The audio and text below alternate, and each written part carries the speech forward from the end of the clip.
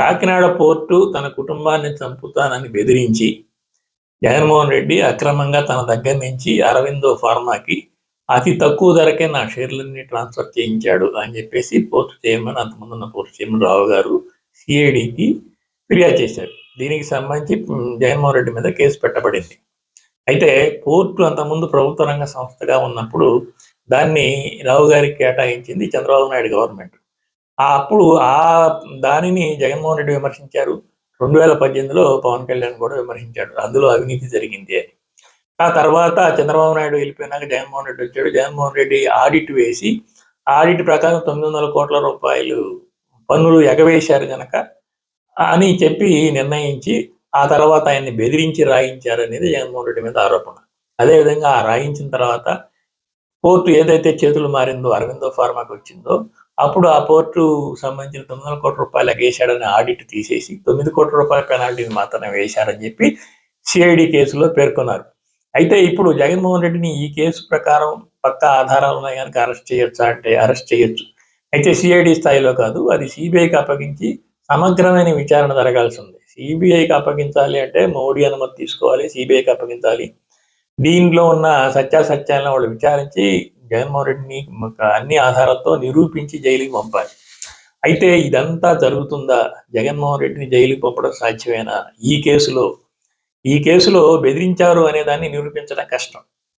తక్కువ ధరకు తీసుకున్నారంటే ఇష్టమయ్యే ఇచ్చాడు తీసుకుందాం అని చెప్పి మాత్రమే ఇవ్వడం జరుగుతుంది.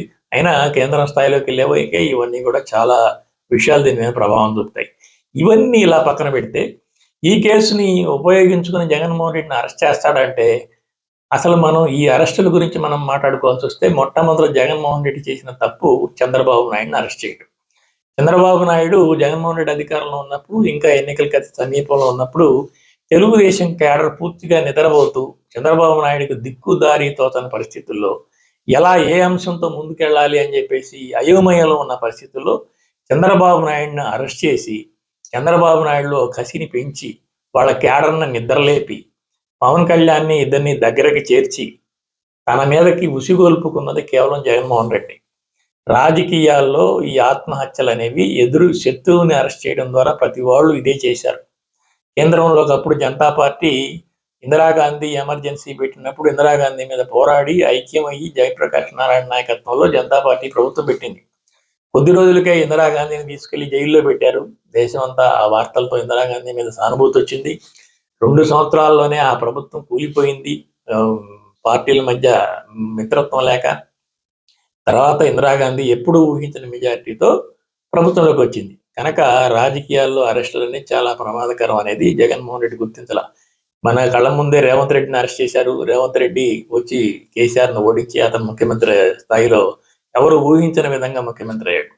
జగన్మోహన్ రెడ్డి చంద్రబాబును అరెస్ట్ చేసి అతను ముఖ్యమంత్రిని చేశాడు. ఇప్పుడు చంద్రబాబు కూడా జగన్మోహన్ రెడ్డిని కనుక అరెస్ట్ చేస్తే జగన్మోహన్ రెడ్డికి అంతకు మించిన వరం మరొకటి లేదు. ఇప్పటివరకే జగన్మోహన్ రెడ్డి ఏ అంశం తీసుకుని ప్రజల్లోకి వెళ్దామా అని చెప్పేసి ఆలోచనలో ఉన్న వ్యక్తి క్యాడర్ అంతా కూడా నిస్తేజంగా నిస్తారంగా పడి ఉన్న సమయంలో తనను కనుక ఈ కేసులో అరెస్ట్ చేసి ఇరిగిస్తే ఖచ్చితంగా అతని పోరాట పటిమ రెట్టింపు అవుతుంది. అతను చంద్రబాబు నాయుడిని చికాకు పరిచి వచ్చే ఎన్నికల్లో ముఖ్యమంత్రి అయ్యే అవకాశం ఉంది. కనుక జగన్మోహన్ రెడ్డిని అరెస్ట్ చేయడానికి చంద్రబాబు నాయుడు డెఫినెట్గా భయపడతాడు.